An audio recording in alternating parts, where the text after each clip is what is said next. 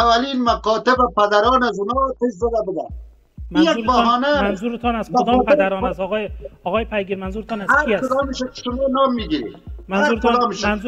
منظورتان پدر احمد مسعود است؟ ولو پدر احمد مسعود باشه، آماشا مسعود خانمش ببینید، کتابش بخوانید، خانمش نوشته کرده که مکتب ما را آماشا مسعود آمد ما را بیرون کرد، مکتب ما را کشت. این من نمیگم.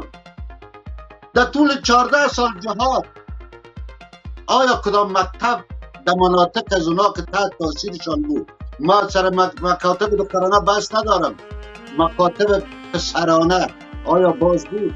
آیا کدام مکتب بود در قریه که اونا حاکمیت داشتن که با آتش زده نشده بود؟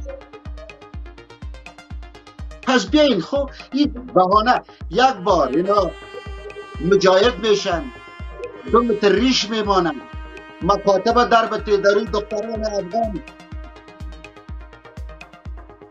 چیز که نزدن با کدام نامها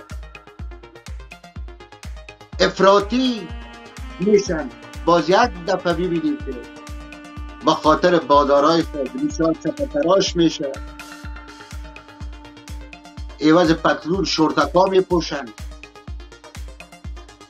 باز میگه ما دموکرات هستیم، با وجودی که مغزشان اونمو افکار فرسوده و بوده، فقط میخواستن و میخواین نوزا با مو افکار فرسوده فقط مردم بازی بتن توسط لباسایی که از پول دوزیز.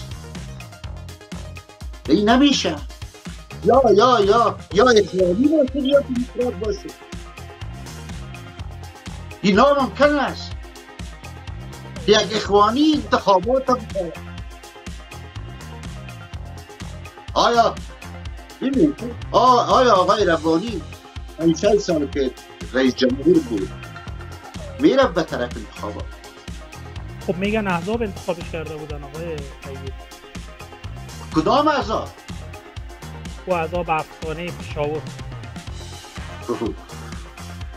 اشگانه باز انتخابش نکرده ببینید چطور میشه.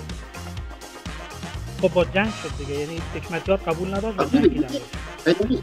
ببینید اما افغان هم قبولش نداشت، با خاطر 2 افغانه آقای حکمتیار هم بود.